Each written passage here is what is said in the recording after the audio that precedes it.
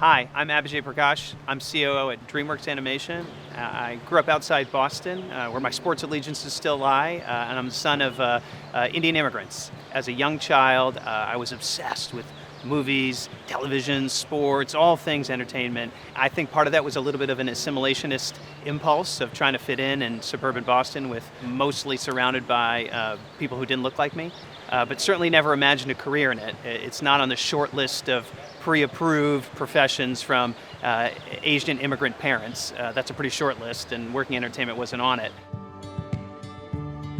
Role models most immediately were my family, of course, and my extended family even, and I took great inspiration from them, their story of coming over from India with very limited means and certainly not any network of any kind, and just leveraging their education, hard work, stick-to-itiveness, and values to be successful was a great inspiration to me. And being able to be happy in what you were doing was something that a lot of them actually didn't have the luxury of being able to do because it was more about survival or being able to feed a family that they brought over with them.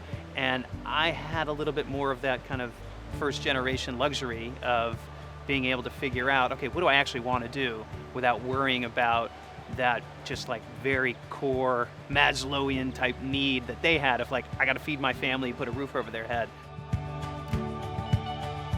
The first time the internet was happening, I had graduated from school and I was actually on track to go do a PhD in economics, and on my way to enrolling, I think I had enrolled actually, I deferred and then thought maybe I should just see if there's something else I might want to do with my life. And internet companies were just handing out jobs at the time, so I moved out west to take a job at a startup company. It was called at the time Snowball. It ended up being IGN Entertainment.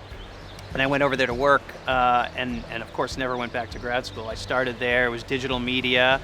Like many people in the first internet wave, I was laid off after a business model that was predicated on, it seemed like exponential ad growth forever, didn't pan out, which obviously I didn't have the foresight to see as a 24-year-old who thought he knew everything. Once that happened, then I thought, you know what, I actually have a taste of being able to work in the media field with my economics background, computer science background, analytical background, and then I started looking for other jobs in media, and that was the first taste that I got that I could bring a skill set into this, because my naive conception up until then were anybody who worked in the movie business or entertainment business, you either got coffee or you made movies, and those were the only two jobs. So I just ruled it out, even though I was obsessed with it and always fascinated by it. But then in looking around for jobs, I found a job at this company called Artisan Entertainment. Ultimately, it got merged with Lionsgate, and they needed a corporate development analyst. I applied online and got an interview, and that kind of led me down the path of realizing this is what I wanted to do, and have been trying to sort of reverse engineer my way into some executive position ever since, and with some luck, here I am actually able to say that I'm doing it.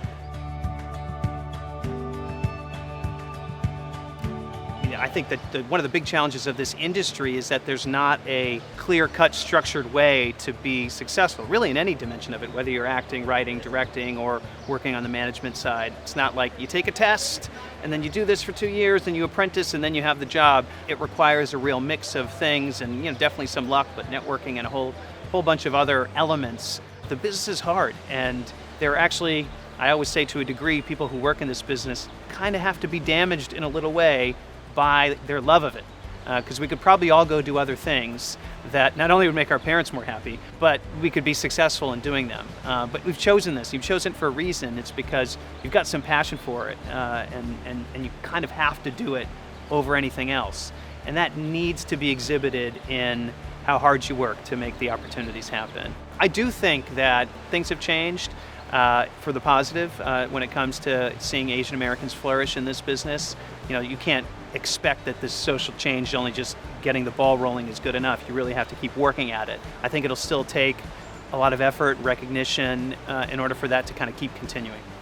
At DreamWorks Animation, we obviously make animated features here, but we're storytellers. The audiences around the world are diverse, and certainly in this country are diverse. So we're always thinking about that as we make our films, to make sure that they appeal to a broad audience. And that manifests itself in the stories, also in the characters that are represented on screen, and in the talent that we hire, right? And so there's Asian American talent that we've got, voice talent, writing talent, directing talent.